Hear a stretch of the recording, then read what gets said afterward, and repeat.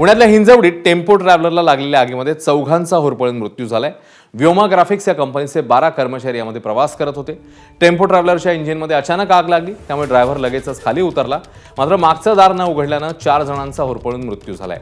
सुभाष भोसले, शंकर शिंदे, गुरुदास लोकरे आणि राजू चव्हाण अशी मृतांची नावं आहेत। दरम्यान या अपघातानंतर आगीत मृत्युमुखी पडलेल्या कर्मचाऱ्यांचे नातेवाईक संतप्त झाले। कर्मचाऱ्यांचे मृतदेह ताब्यात घेण्यास नातेवाईकांनी नकार दिलाय। मध्यस्थीसाठी सध्या व्योमा ग्राफिक्सचे अधिकारी पिंपरी चिंचवडच्या YCM रुग्णालयात दाखल झाले आहेत। गाड्यांचा रेग्युलर मेंटेनन्स सर्व्हिसिंग केली जाते का? जर केली जात असेल तर त्या गाड्यांचा सर्व्हिसिंगचा चार्ट त्या गाड्यांमध्ये प्रॉपरली डिस्प्लेला लावला गेला पाहिजे। दुसरी गोष्ट सगळ्यात महत्त्वाची की fire safety equipments, fire extinguisher, fire safety norms या गाड्यांमध्ये पाळले जात आहेत का? महत्त्वाची गोष्ट आहे, गाडीला AC चालू असेल, खिडक्या बंद असतील तर त्या खिडक्या पटकन उघडल्या जात आहेत का? इमर्जन्सी एक्झिट या गाड्यांना आहे का?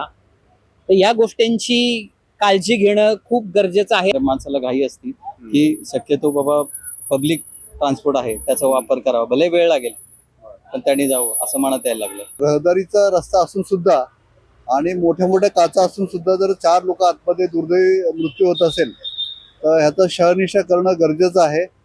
RTOच्या कडनं जे त्यांचं पासिंग होतं इयरली, तर ते पासिंग सर्टिफिकेट पण ह्या लोकांनी डिस्प्ले तिथे केलं पाहिजे।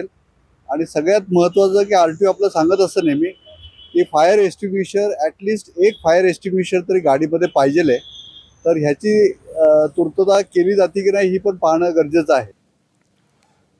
दरम्यान दुर्घटनेमध्ये कुणाकुणाचा मृत्यू झालाय आपण ते पाहूया। सुभाष भोसले वय वर्ष 42, शंकर शिंदे वय वर्ष 60, 40 वर्षांचे गुरुदास लोकरे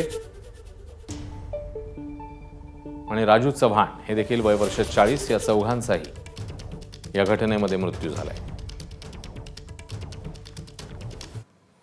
दरम्यान कसबा मतदारसंघाचे आमदार हेमंत रासने यांनी हिंजवडी दुर्घटनेचा मुद्दा हा विधानसभेत उपस्थित केला।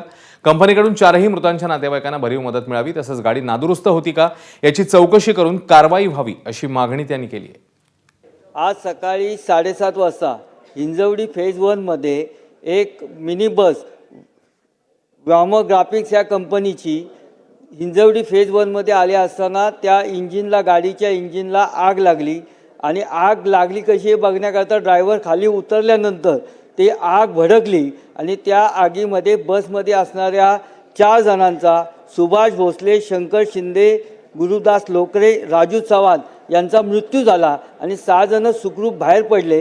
ह्या कंपनीचे ज्या जणांचा मृत्यू झाला त्यांना कंपनीकडे शासनाने आदेश देऊन त्यांना जास्तीत जास्त मदत करून द्यावी।